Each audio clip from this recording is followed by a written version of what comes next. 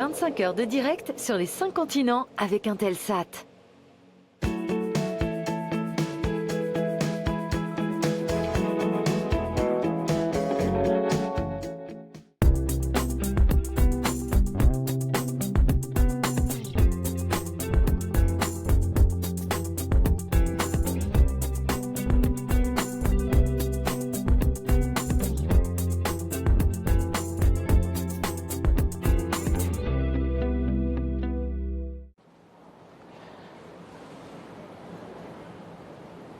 Bonjour à toutes, bonjour à tous et bienvenue à la Maison Degas en plein cœur de la Nouvelle-Orléans. Oui, vous ne le savez peut-être pas, mais Edgar Degas, le peintre, sa mère et sa grand-mère sont nés à la Nouvelle-Orléans. Dans cette maison ici, il a donc fait plusieurs voyages dans la ville, dont un notamment très important entre novembre 1872 et mars 1873. Il était en pleine crise de création et il a trouvé un nouveau moyen de peindre. Et c'est après ce voyage-là, il est rentré à Paris, il a peint quelques-uns de ses plus grands chefs-d'œuvre comme la classe de danse ou l'absinthe. Et la Maison Degas, depuis, c'est devenu un musée, un centre d'événements. Vous pouvez faire votre mariage ici, vous mariez dans la chambre de Degas, si ça vous dit, et un haut lieu de la francophonie à la Nouvelle-Orléans.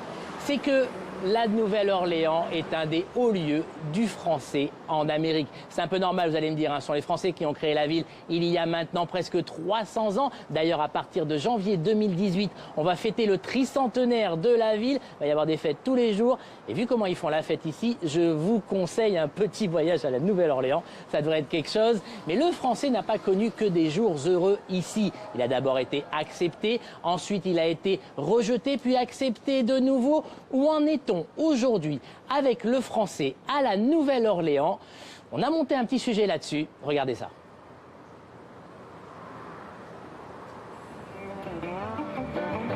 Dire que la Nouvelle-Orléans est une ville francophone et francophile, ce sont deux gentils euphémismes. Du nom des rues de la cité louisianaise aux enseignes des magasins des quartiers populaires, c'est bien simple, le français est partout. Une influence culturelle qui date des origines même de la Nouvelle-Orléans, comme nous l'explique Marc Remig, le patron de l'Office du tourisme de la ville. Well, first and foremost, you have the fact that France founded the city. So you had the Native Americans, the North Americans who were here, combined with the French culture, combined with the confluence of all the other cultures that came into the city through the port, from the Caribbean, from West Africa, from Spain, and from other parts of the world, created this, what we call a gumbo, a mixture of all these cultures, with France being really the impetus for the founding of the city, which then became the crucible for all of this to occur. L'héritage historique français à la Nouvelle-Orléans est donc très fort, ce qui explique la présence de ces statues de notre Jeanne d'Arc en plein French Market. Mais pour autant, les néo-orléanais ne parlent pas tous français, loin de là. Brooke Smith, chef de cabinet à la mairie de la Nouvelle-Orléans, en témoigne. C'est pas une langue qui est parlée dans la rue. Souvent, je vois des touristes français qui sont dans le Vieux-Carré et puis ils sont en train de chercher un restaurant. Je m'arrête, je leur demande, mais est-ce que vous avez besoin d'aide? Ils disent, ah ben voilà, je l'ai su. Il y a tout le monde à la Nouvelle-Orléans qui parle le français. Je dis, non, en fait, j'ai dû aller à l'école pour apprendre le français ici à la Nouvelle-Orléans. C'est dommage parce que pour moi et pour ma famille, j'ai deux grands-mères qui parlaient le français avant l'anglais. Mais à cette époque-là, c'était pas la tradition de parler le français à la maison. Et donc, les gens comme moi, on a dû apprendre à l'école. Donc, c'est un peu la langue perdue à la Nouvelle-Orléans. La langue perdue, enfin de moins en moins. Il y a moins d'un siècle, la Louisiane rejetait en bloc sa francophonie. Aujourd'hui, c'est tout le contraire. Et tout a commencé grâce à la mise en place, il y a presque 50 ans, d'un programme impulsé par une coalition francophone, comme nous le rappelle Grégoire Trumel, ancien consul général de France à la Nouvelle-Orléans. Le consulat général de France à la Nouvelle-Orléans, sa raison d'être quasiment, si vous voulez, c'est vraiment la francophonie. Donc, en 1968, à une époque où le français en Louisiane commençait à très mal se porter, voire était amené un jour à disparaître, avec l'État de Louisiane, les soutiens de la France et aussi du Canada et de la Belgique, on a créé le Conseil pour le développement du français en Louisiane. Le Conseil pour le développement du français en Louisiane, ou pour faire plus court, le CODOFIL, Joseph Dunn en a longtemps été le directeur. Ce qui est aujourd'hui une institution en Louisiane a d'abord été créé pour la simple survie de la langue française dans l'État. En 1921, le français est interdit légalement comme langue d'instruction dans les écoles louisianaises. Donc les gens qui, dans les années 20, les années 30, etc., allaient à l'école avec leur français qui parlait à la maison, leur langue maternelle, cette langue leur était interdite à l'école. Donc la valorisation sociale, économique, etc., est venue pour ces personnes en anglais. Donc ils n'ont pas transmis la langue française à leurs enfants. Maintenant, aujourd'hui, ça revient. Et nous sommes en train vraiment de penser au redéveloppement d'un écosystème où le français existe vraiment sur les plans sociaux, éducatifs, économiques, professionnels. Parce que l'État de Louisiane est parfaitement conscient que ce développement passe d'abord et avant tout par l'éducation, la première mission du CODOFIL a été de ramener le français sur les bancs des écoles. Des programmes d'immersion sont aujourd'hui mis en place dans 34 écoles louisianaises, dont 6 à la Nouvelle-Orléans, et concernent près de 5000 enfants. Les enfants peuvent faire leur scolarisation en français. 70% de la journée est passée en français, où les enfants vont apprendre les maths, les sciences sociales en français. Entrez, on ne parle que français, d'accord ? Nous sommes ici dans une de ces écoles en plein centre de la Nouvelle-Orléans. Frédéric Joubert y fait la classe, en français s'il vous plaît, à des élèves qui n'ont jamais été plongés auparavant dans un univers francophone. Est-ce que vous avez fait le devoir ? Oui. Ce sont des anglophones. Majoritairement, il n'y a aucun lien avec l'héritage cajun. On vante souvent l'immersion comme aidant à développer des connexions dans le cerveau, et ça permet de mieux apprendre. Il y a une exposition à la culture, à d'autres cultures aussi, parce que nous sommes tous des professeurs d'origines diverses. Donc il y a tout cet aspect culturel qui est aussi apporté et qui offre, je trouve, dans un univers assez fermé, généralement aux États-Unis, il y a très peu d'ouverture sur le monde, et qui leur offre justement cette ouverture sur le monde.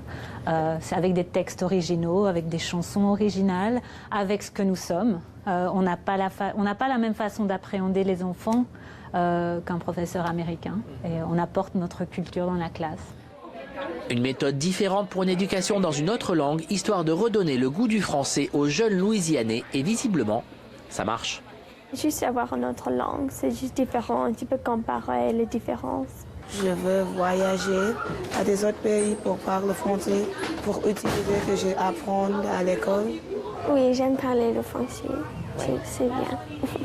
Ce que ne sait pas cette jeune fille, c'est que l'apprentissage du français est peut-être aussi un énorme bonus pour son avenir. La Louisiane ne cesse d'ouvrir ses frontières aux entreprises étrangères, avec une forte propension à accueillir celles qui parlent français.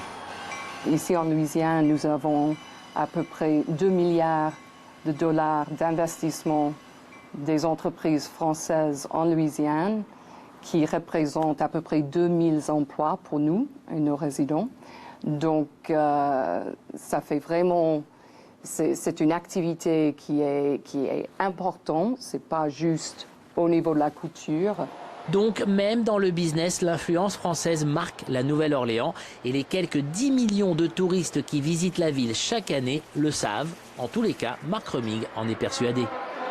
France and the French influence on New Orleans is something that the tourism industry draws on each and every day, whether it's the architecture, or the food, or the joie de vivre, the spirit of life. You can find the thread throughout all that we do and all that we give back to our visitors. La Nouvelle-Orléans est donc de loin la ville la plus française d'Amérique, et du côté français, on a bien l'intention qu'il en soit encore longtemps ainsi, histoire d'envoyer un message clair. Pour la France, aider la Louisiane à garder cette culture française, cet héritage français, etc., c'est aussi intéressant dans la relation qu'on a avec les États-Unis en général. Vous voyez, c'est un symbole très fort, la Louisiane francophone, que la France et les États-Unis sont liés culturellement depuis le début et pour toujours. La Nouvelle-Orléans est donc bien partie pour rester un drôle de morceau de France en pleine Amérique. On se retrouve donc en bas de la maison de Degas et j'ai un invité qui me fait très plaisir puisque à mes côtés, j'ai probablement l'une des personnalités les plus marquantes de la francophonie en Louisiane, professeur Barry-Jean Ancelet. Merci beaucoup d'être avec nous aujourd'hui pour ce tour du monde de la francophonie. On est très content d'être là pour plusieurs raisons. D'abord, vous êtes, si je vais donner votre titre bien, vous êtes professeur de culture cajun à l'Université de Louisiane, mais surtout vous êtes un auteur, un poète, vous écrivez des chansons, vous avez défendu le français depuis des décennies ici, notamment en écrivant des poèmes qui m'ont personnellement marqué parce qu'ils étaient à la fois des morceaux de littérature et des morceaux de rébellion. J'ai presque envie de vous demander de nous lire un de ces poèmes, juste pour commencer. Ok. C'est un professeur, toujours ses livres. D'abord, j'ai précisé, je dis tu au professeur, c'est une marque de respect en Louisiane. Professeur, si tu veux bien. C'est quelque chose que j'ai écrit en réponse à la pression qu'on avait sur le français. Perdre le français et ce qu'on est rendu là dans notre histoire, ça serait un maudit dénouement quand même. Et il y a un éditeur qui a essayé de corriger, j'ai écrit D-E, accent aigu, N-O-U-S-M-E-N-T, dénouement. Il y a un éditeur qui a essayé de corriger, il dit non. Et il a dit oui, mais c'est seulement les poètes qui peuvent jouer avec la langue. J'ai dit oui, mais voilà mon permis de conduire, je suis poète. Il y a quelque chose qui est étonnant dans vos poèmes. Mon permis de créer. C'est mieux encore. Il y a quelque chose qui est étonnant dans vos poèmes de cette époque-là, c'est que ça faisait vraiment acte de résistance. Vous étiez vraiment, vous, d'autres auteurs étaient vraiment en rébellion contre un certain système. Je peux dire ça comme ça? C'était comme ça à l'époque? Et en plus, on s'est rendu compte tout de suite qu'il fallait tout faire. Il fallait s'approcher à tous les égards. On a commencé à essayer d'enseigner le français tel qu'il était parlé en Louisiane. On a fait des recherches, on a commencé à faire des enregistrements des conteurs et des chanteurs, essayer de comprendre qui on est et pourquoi, qu'est-ce qu'on chante, qu'est-ce qui nous fait vibrer, qu'est-ce qui nous fait rire. Parce qu'on savait qu'on avait on avait recommencé à enseigner le français dans les écoles. Mais on s'est rendu compte tout de suite que personne apprend le français pour parler français. On apprend le français pour dire quelque chose, pour faire rire, ou faire vibrer, ou faire émerveiller, pour chanter quelque chose qui va faire bouger les gens. Le français, c'est un outil de communication, c'est pas un but en soi. Et dans cette mesure, on s'est rendu compte aussi que si on parlait de préservation, il fallait penser à préserver ce qui était là déjà et pas nécessairement changer la chose pour devenir autre chose. Parce que c'est cette version du français, ou ces versions du français cajun et créole, qui ont produit les histoires, les chansons, le sens d'humour. C'est pour ça votre travail, c'est un peu ça. Vous avez, excusez-moi, je me tourne un petit peu le dos à la caméra, vous avez publié un dictionnaire du français louisianais qu'on voit ici, et vous avez aussi composé de nombreux poèmes, écrit de nombreux livres, et composé beaucoup de chansons. On a l'impression que ça passe par l'art. Et des nouvelles, et des pièces de théâtre, et c'est ce que je dis, il fallait tout faire.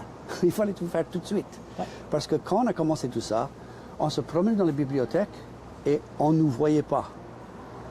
On n'était pas dans les bibliothèques. Alors je me suis dit, pourquoi on n'est pas dans les bibliothèques? Pourquoi on n'est pas dans ces rayons? Et je me suis dit, je me suis rendu compte, pour être sur les rayons, il faut produire des livres pour mettre sur ces rayons.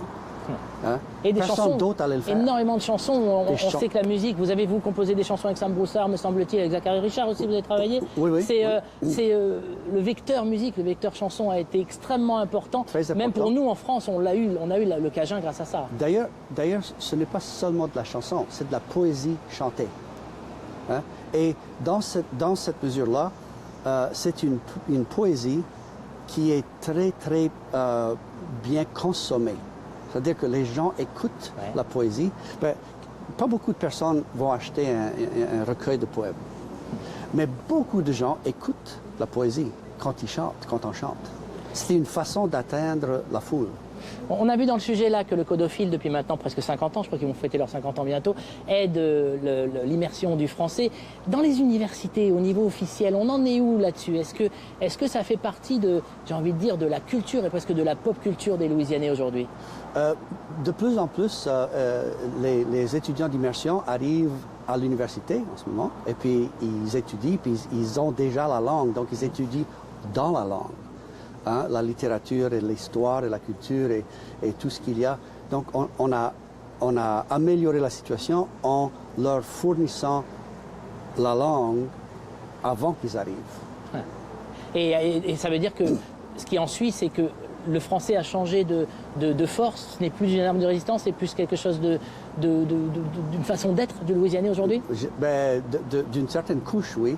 Et l'ironie, c'est que les segments de la société les plus francophones, par pourcentage, sont les âgés plus de 60 ans et les âgés moins de 20 ans.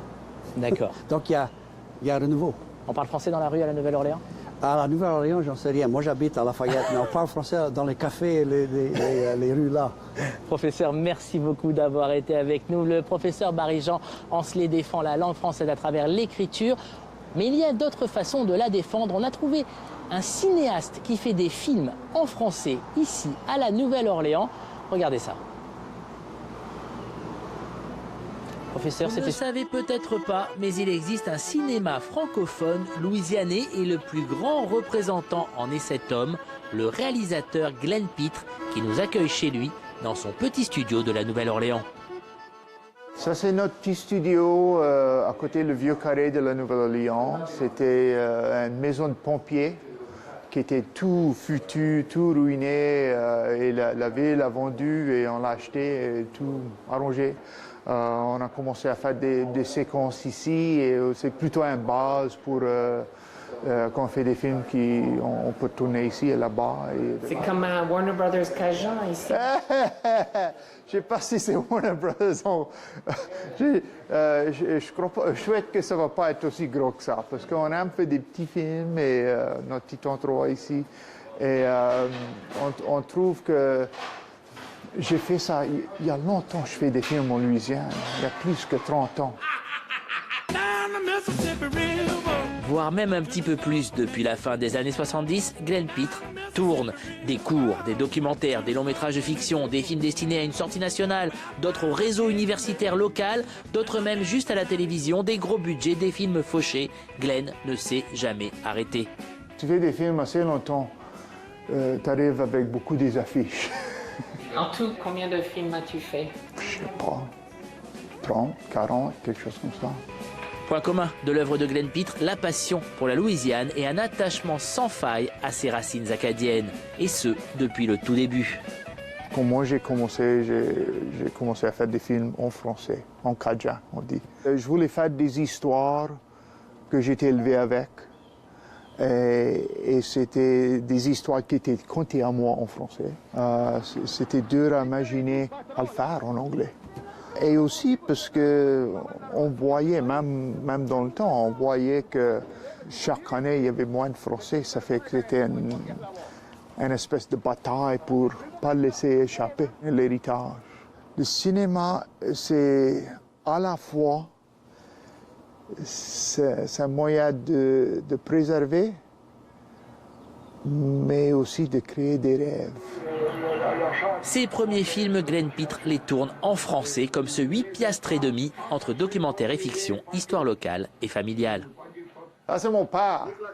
Ça, c'est mon oncle. Ça, c'est un voisin. Ça, c'est une autre maison. Qui que ça va faire la croix en rien avec la glace? On savait que les films, de faire des films en français aux États-Unis, c'était, il n'y aura jamais beaucoup de films comme ça. Que chaque est important, pas parce que ça va être le meilleur film du monde, mais c'est important parce qu'il n'y aura pas beaucoup. C'est un arbre qui ne va pas, jamais produire beaucoup de fruits. C'est un document qu'on connaissait, va durer que le monde parlait le français en Louisiane. Dans 100 ans, dans 200 ans, on peut prouver que le monde parlait le français en Louisiane. The movie that taught the world that it's cool to be Cajun. La carrière de Glenn Pitre s'envolera en 1986 grâce à Bélisaire le Cajun. Produit sous l'égide du Sundance Institute de Robert Redford, le film connaîtra une carrière mondiale allant même jusqu'à sa projection au Festival de Cannes. Et même s'il est en anglais, pour des raisons commerciales, Bélisaire est le film référence de la culture acadienne au cinéma. Par la suite, Glenn Pitre n'arrêtera jamais de tourner, allant même jusqu'à former et entraîner toute une nouvelle génération de cinéastes louisianais. Un exemple, Ben Zetlin. Le jeune metteur en scène nommé à l'Oscar pour son Beasts of the Southern Wild, dont une partie a été tournée dans les studios même de Glenn Pitre. Pour le metteur en scène, la transmission est devenue sa mission. Ça qui me donne la passion, c'est d'avoir la nouvelle génération de cinéastes. Tu travailles avec des jeunes cinéastes et il y a des idées que je crois que c'est fou. Moi, je dis ça, je crois que c'est fou. Le pauvre dit oh. Je dis non, c'est bon ça, c'est bon. Il faut que si tu fais la même affaire que moi j'ai fait 30 ans passés, on n'a pas besoin de toi. Il faut que tu le pousses à la prochaine et je veux marcher à côté. En matière de culture francophone, il y a donc aussi beaucoup à voir en Louisiane.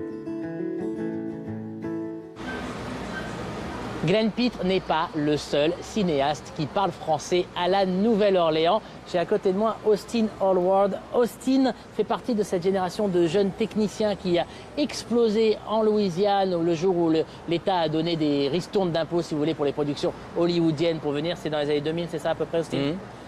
Ouais. Et vous pourriez continuer à travailler tranquillement comme technicien sur toutes les productions qui arrivent ici. Mais vous n'avez pas envie de ça. Vous avez envie de faire des courts-métrages, des longs-métrages, et même certains en français, c'est ça? C'est ça, ouais. On a, en tant que technicien, quand il y a beaucoup de boulot ici, pas souvent l'occasion de travailler sur nos propres projets. On a une famille de techniciens ultra capables. Ouais. Et donc j'ai eu l'occasion. Il y avait une bourse. C'est ça, il y a une bourse qui a été offerte par TV5 Monde et hashtag Create Louisiana, c'est ça? Oui. C'est un concours. Vous pouvez nous expliquer un petit peu ce que c'est et comment vous oui, ça sort du monde du cinéma professionnel. Ouais. Il y a un producteur ici qui s'appelle Scott Niemeyer avec son partenaire Sean MacArthur. Et eux, ils ont eu du succès avec des films hollywoodiens et ils voulaient donner quelque chose à des cinéastes de la Louisiane pour qu'ils puissent commencer à pas seulement faire la compétition, mais commencer à sortir de l'eau et faire des films indépendants d'ici. Donc ils ont créé Create Louisiana pour soutenir justement des cinéastes de la Louisiane, pour faire des histoires, raconter des histoires de la Louisiane avec des équipes techniques de la Louisiane pour partager avec des cinéphiles du monde entier. Et pour vous, de la Louisiane, ça veut dire en français donc? Bah, pour moi, oui. Et donc vous avez gagné, vous allez pouvoir produire ce court-métrage qui s'appelle Le Grand Remix, c'est ça? Vous pouvez nous donner un petit peu, juste très rapidement, la ligne directrice, parce que je crois que vous avez une surprise pour nous après. Oui, en fait, moi, ma vie française ici à la Nouvelle-Orléans, c'est un français contemporain. Moi, j'ai une petite fille de 2 ans et demi avec ma femme qui est française. Et on a l'opportunité à la Nouvelle-Orléans, partout en Louisiane, de mettre notre fille dans une école française. Et donc, nous, on voit les gens qui parlent français, qui ne parlent pas français, qui mettent leurs enfants dans ces écoles. Et les profs dans ces écoles, grâce au Codophile, sont des francophones de partout dans le monde, pas que de France, d'Afrique. Donc nos enfants, la grande majorité des petits Américains, parlent français. Et donc nous, on a créé un court-métrage de fiction, mais basé sur les aventures que je vois dans cette expérience, qui sont les profs qui viennent de leur pays d'origine. Ils ne savent pas s'ils vont arriver, atterrir à la Nouvelle-Orléans ou à Lafayette ou à Lafourche Parish. Et quoi, pardon? Lafourche Parish. C'est quoi Lafourche Parish? Ah bah c'est dans le bayou. Ah d'accord. C'est dans le bayou. Et donc ils arrivent, ils prennent un risque pour venir ici enseigner les petits Américains. Alors vous savez quoi? Je vous interromps Steve parce que vous avez fait une belle surprise. Vous nous avez amené de toutes premières images du Grand Remix. On va les regarder tout de suite. Regardons le premier extrait, le Grand Remix.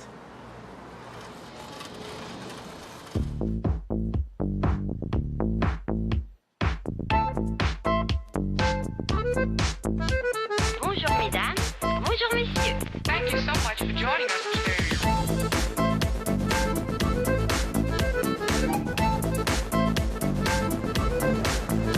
Hey, regarde ma chérie, la maison de Napoléon, sur la rue de Chartres. St. Charters.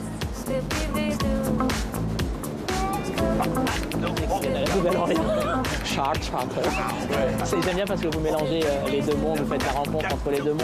Est-ce que c'est vraiment comme ça? Est-ce que c'est vraiment à ce niveau-là aujourd'hui en Louisiane, à la Nouvelle-Orléans? Oui, le français, moi je dirais de plus en plus, et beaucoup grâce à ces écoles. on n'a pas uniquement les francophones, mais on a les Américains, les petits Américains, qui sont en train d'apprendre et à utiliser le français. Il y a des librairies françaises qui commencent à s'ouvrir.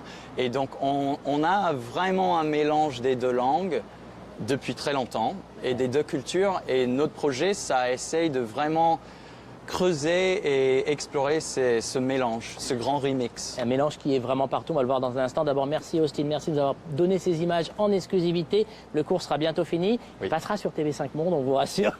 Et ce mélange-là, il est partout. On vous a trouvé deux personnages, un chef en cuisine, le chef René Bajeux, et un artiste, Simon of New Orleans, qui mélange parfaitement le français et l'américain, la Louisiane et la France. Regardez ça, c'est quelque chose.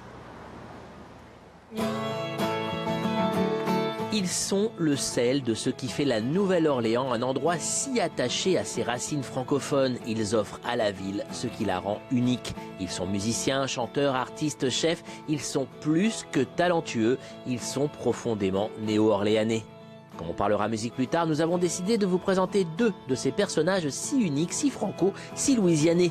Le premier est tout simplement l'un des meilleurs chefs de la ville. Au Palace Café, le chef, c'est René Bajeux. René est en Louisiane depuis des années et il dirige les cuisines de 4 restaurants différents. Une bonne petite entreprise. On a à peu près 540 employés. On fait à peu près 60 millions par an de revenus pour les 4 restaurants. Donc on est très occupés. On fait nos glaces nous-mêmes, on fait nos sorbets, on fait tout. Croissants aux amandes, petites quiches. C'est vous qui les faites? Oui, on fait tout nous-mêmes, on fait tout. Ils mangent tout, hein. Moi, le matin, je ne peux pas manger comme ça. Les œufs, les patates, du fromage, du jambon, je ne peux pas manger comme ça. C'est trop. L'influence française est dans tous les plats, ici. Tous les bases sont d'origine française. Les fonds de poulet, les fonds d'agneau, tout ça. Nous, on aime bien, on reçoit les cochons entiers ici, on reçoit l'agneau entier. On désosse nos poissons nous-mêmes. C'est un art qui est oublié un peu, parce que c'est plus facile d'acheter les poissons en filet déjà. Mais tout le monde n'a pas le personnel. Nous, on a du personnel, donc ça va. Ici, dans cette cuisine, on a 14 cuisiniers le matin, 9 à 10 le soir, des fois jusqu'à 15, 17, ça dépend comment on s'est occupé. Une journée calme à midi, ici, c'est 300 couverts. Alors ça démoule, il faut y aller vite. Puis en plus, les gens veulent manger vite à midi parce qu'ils retournent au travail. Ici, c'est ce qu'ils appellent créole, la cuisine d'origine africaine, des îles, la cuisine des esclaves. Etc. Donc tout ça c'est mélangé en fin de compte. J'appelle ça pot pourri aux mayonnaise, moi.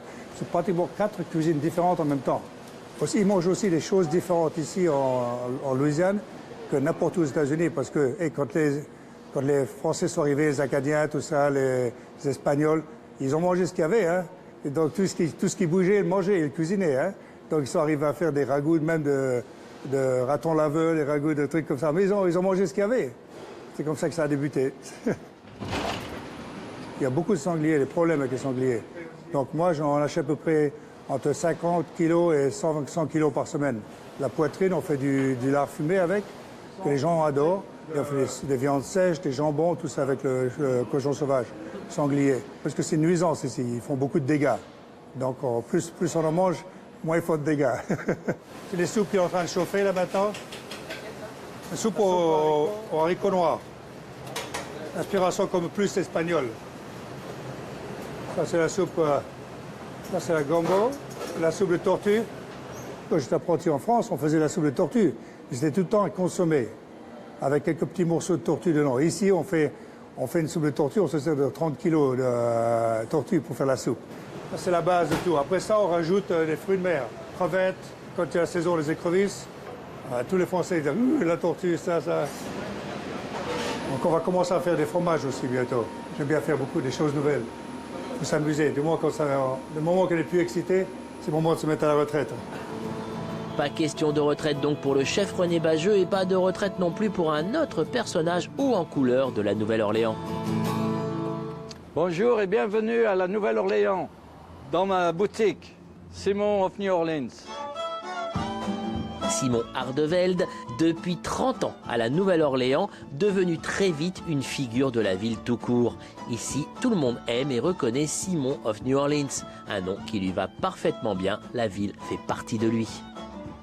Ça te prend quelque part et ça ne change jamais. Ça fait 30 ans j'ai l'impression d'être arrivé hier après-midi. Simon aime la ville et la ville le lui rend bien. Ses enseignes pour magasins sont partout dans le quartier français de la Nouvelle-Orléans.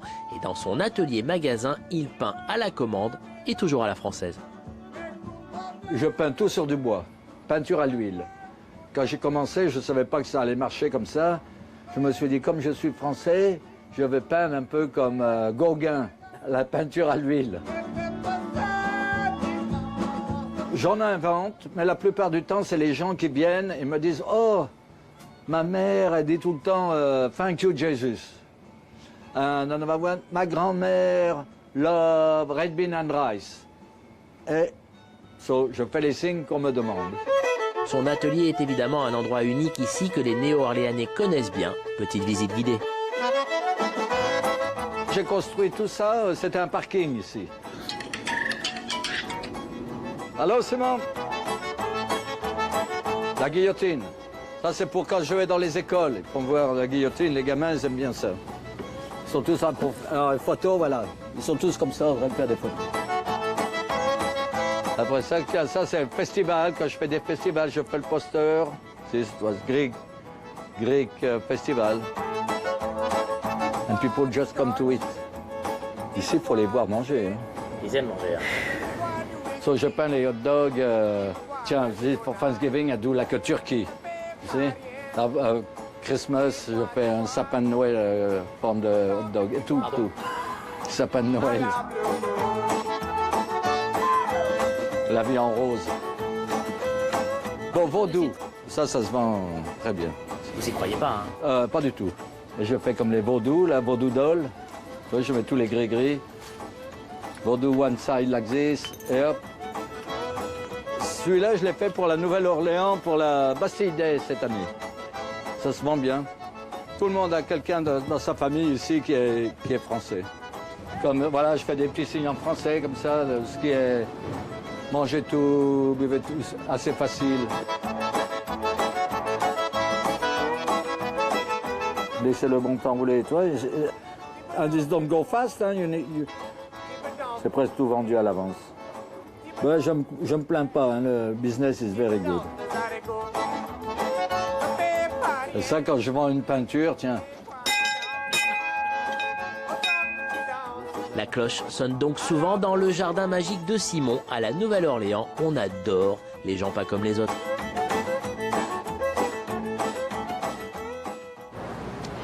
On est ici à la Maison Degas, mais la Maison Simon of New Orleans, c'est pas mal non plus. On a parlé de littérature, on a parlé de cinéma et j'ai avec moi Louis Michaud des Lost Bayou Ramblers qui est avec moi pour parler musique. Parce qu'il se passe beaucoup de choses dans la musique cajun ici, dans la musique en français en Louisiane. Et vous en êtes un petit peu à faire de lance de cette nouvelle génération. Si je vous dis que vous faites du cajun rock, est-ce que c'est raison ou est-ce que je m'éloigne? Mais c'est à peu près ça. On joue la musique cajun, mais on est américain, on a été élevé avec la musique rock et tout ça. On se croit, on se voit comme musique traditionnelle cajun, mais c'est la musique, c'est une langue universelle, on peut mettre n'importe quoi dedans, mais on garde ça cajun traditionnel au bout. Du temps, on en parlait avec le professeur Barry-Jean Ancelet, du temps dans les années 70-80, parler cajun, chanter cajun, c'était presque faire acte de rébellion, faire acte de résistance. On en est où aujourd'hui là-dessus? Est-ce que c'est se démarquer aussi ou est-ce que c'est juste normal, on chante la musique locale? Mais c'est vraiment quelque chose qu'il faut faire un effort pour garder. Tu connais, hier soir, je suis allé à un rassemblement à la Ville-Plate. Il y a eu les jeunes de Mamou et la Ville-Plate. Ils faisaient l'alliance à l'Amérique, le drapeau en français. Ah. Ils ont appris ça et pour moi, ça fait beaucoup de bien pour voir ça. Parce que c'est ça, c'est toujours une partie de notre Amérique. Comme ça, la Nouvelle-Orléans, Lafayette et tout ça, tous nos ancêtres, ça parlait français jusqu'à ce temps où c'était une rébellion. Mais à cette heure, c'est vous comme ce qu'il est supposé d'être, c'est bilingue, c'est mieux que de juste parler un langage. Et votre public, il est jeune, il est franco, il est plutôt... c'est qui en fait? Il est tout. Le monde, sûrement le monde qui aime la musique cajun et le monde qui aime la langue française. Mais à part que ça, c'est tout le monde parce que c'est la musique. Il y en a du monde qui ne comprend pas un mot de ce que je chante et il y en a d'autres qui comprennent tout. mais on joue pour tout le monde. On joue tout partout dans les États et en Europe quand on peut. Mais pour nous autres, c'est vraiment de transmettre notre musique et notre culture à ce monde qui aime la musique. Ça ne fait pas rien s'y connaître ou non, c'est pour apprécier. Oui, parce qu'en plus, vous êtes vraiment branché dans le monde musical. On sait que vous avez fait la première partie d'Arcade Fire. On a vu Scarlett Johansson dans un de vos clips, on en parlera après. Ils vous reconnaissent comment dans le monde de la musique en Amérique? Ils vous reconnaissent comment? Vous êtes le groupe local, vous êtes les Cajuns qui jouent du rock ou vous êtes plus que ça? Mais c'est ça, la musique c'est si ouvert et quand on trouve l'inspiration artistique, ça fait pas rien si c'est quelqu'un qui joue la musique cajun ou s'ils sont un pop star ou rien comme ça. S'ils apprécient ce qu'on fait, on peut se mettre ensemble et c'est comme ça que les choses arrivent comme ça. Scarlett, elle parle bien le français, elle chante, elle est beaucoup bien chanteuse. Arcade Fire, ils sont établis ici en ville, mais avant ça, on les a déjà connus à cause que, c'est ça, on joue la musique et quand on connecte avec quelqu'un dans l'art, c'est ça l'affaire qui est importante. Alors, je vous dis au revoir, mais pas complètement, parce qu'il y a peut-être une petite surprise pour tout à l'heure. Restez avec nous. Mais pour l'instant, on va faire un petit point de ce que veut dire la musique cajun en Louisiane et à la Nouvelle-Orléans, en voyant plusieurs angles et comment ça se goupille ici, cette musique-là. Allez hop, c'est parti pour le sujet.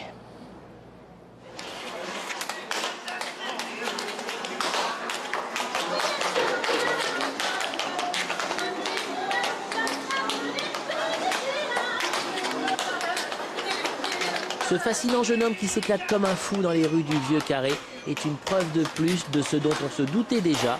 On ne plaisante pas avec le rythme à la Nouvelle-Orléans. Ici, tout est jazz, tout est cadence, tout est musique. La musique au centre de tout, donc à la Nouvelle-Orléans. Et du jazz au blues en passant par les rythmes cajuns, la musique que l'on joue dans les rues de la ville a souvent des racines françaises.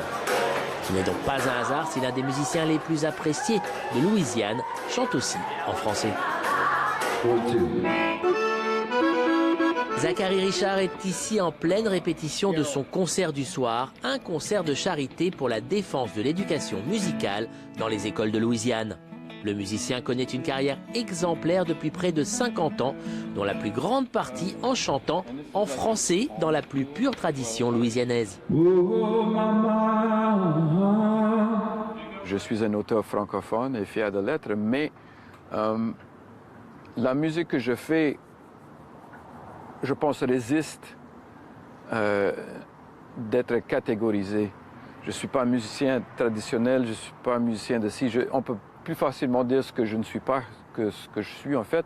Mais en fait, ce que je suis, c'est un auteur-compositeur franco-anglaise ou anglo-française qui espère d'embellir le monde avec les chansons que j'écris. Ce soir-là, comme tous les soirs où l'artiste prend sa guitare, Zachary Richard y est parfaitement parvenu.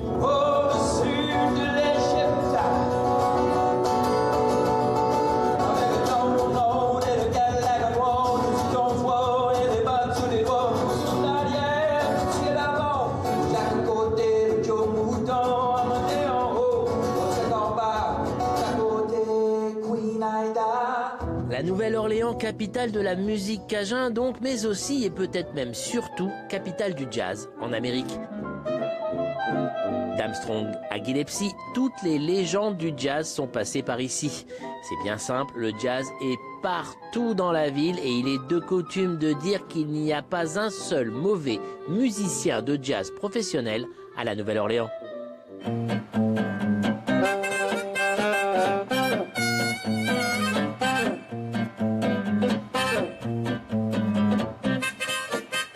Un compliment que doivent bien apprécier Pascal Valcazara et Raphaël Bass, deux musiciens que l'on retrouve un après-midi d'été en pleine répétition dans la cour d'un restaurant. À eux deux, ils forment la moitié du groupe Harmonouche, groupe de jazz tendance gypsy, mais pas que, et jouent régulièrement dans les clubs, les restaurants, les hôtels, les mariages, un peu partout à New Orleans. Et pour un musicien de jazz, jouer régulièrement à la Nouvelle-Orléans, ce n'est pas rien, Raphaël s'en rend bien compte. Je pense que la Nouvelle-Orléans, c'est une ville unique au monde par rapport à ça. où la musique est encore très très vivante et respectée. C'est pas un artefact, c'est pas du surplus, c'est un truc, c'est nécessaire à la culture. Qu'on soit français ou d'ailleurs, je pense qu'il y a avant tout dans cette ville un vrai respect pour la culture de la musique et la culture musicale en général.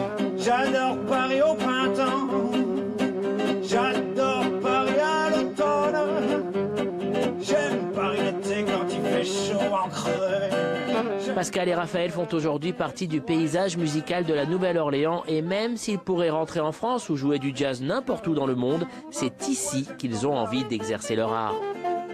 J'adore le bebop, j'adore Charlie Parker, New York, les Bopper, les clubs de jazz, 52e et tout. Ça aurait été différent d'être là-bas, mais je pense que j'aurais plus été dans la compétition qui existe des jazzmen, d'être le meilleur sur mon instrument, d'être un tueur et d'être en constante compétition. Dans un club, qui va jouer le mieux, plus vite, et puis te faire détruire par le mec d'à côté qui joue mieux. Tu retournes dans ta cave, tu bosses, tu deviens meilleur, après c'est toi qui vas le détruire. Ici, je bosse pour la musique. Pas pour moi, pour l'instrument, je bosse pour la musique en général. Voilà. Et ça me fait du bien ici. Si Raphaël et Pascal pourraient jouer partout, Paul Sheehan sait très bien qu'il n'y a qu'à la Nouvelle-Orléans qu'il peut exercer son art. Paul est saxophoniste dans un brass band.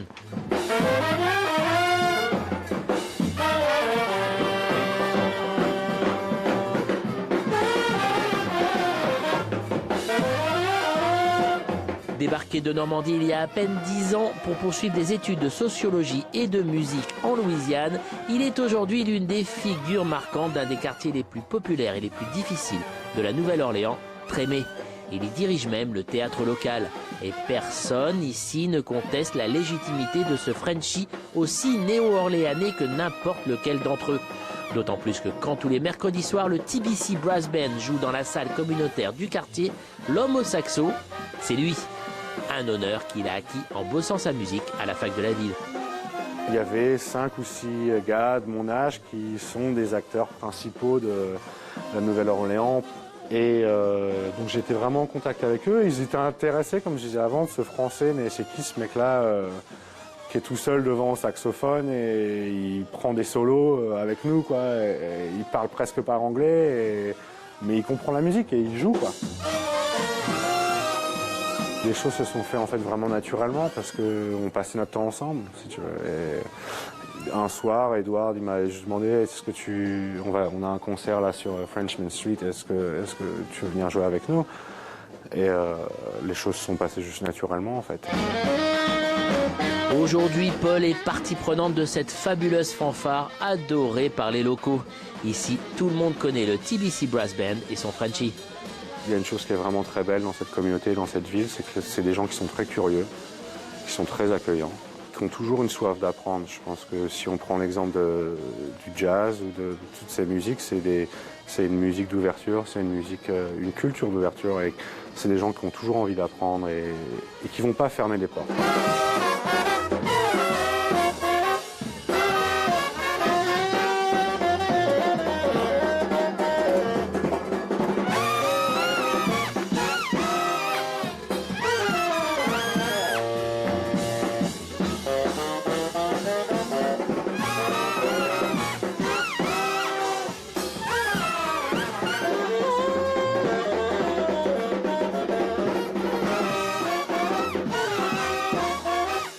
Nigga Paul right here. This is my best friend. Met this nigga from Normandy, France. Never thought I'd be fucking best friends with a Frenchman. You asked me a question that I was not comfortable earlier. It was like, how is it to be a white man, Frenchman in New Orleans? And I was like, he not white here. Nigga, in our world, Paul ain't like I don't know, we don't look at color in our world. So when other people look at color, like it fuck us up. You know what I'm saying? We don't look at color here.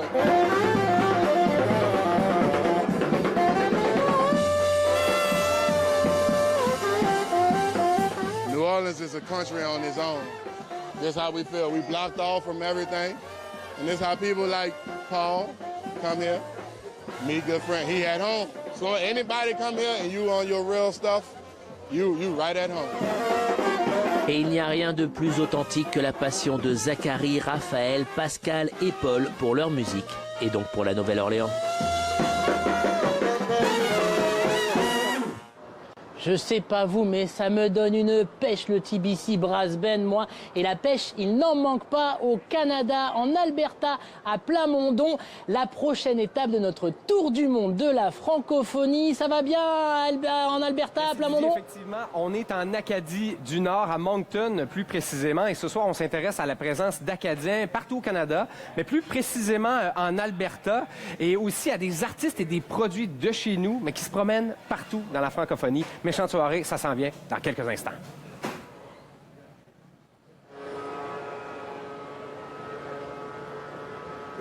Avant de passer le relais à nos amis canadiens, je voudrais terminer en disant un grand merci à la Nouvelle-Orléans, un grand merci aux équipes techniques qui nous ont accueillis ici, un grand merci à la Maison de Gars, un grand merci au gang La Jola qui m'a accompagné au Tour du Monde pour produire cette émission. Un grand merci à ces fous à Paris qui ont pensé au Tour du Monde de la francophonie. Vraiment bravo les gars, vous êtes complètement fous, j'adore ça. On est avec vous et à la Nouvelle-Orléans, on adore les fous et on ne pouvait pas se quitter sans musique ici à la Nouvelle-Orléans. Alors, mesdames et messieurs, je vous offre en direct de la Maison de Gars à la Nouvelle-Orléans, les Lost Bayou Ramblers.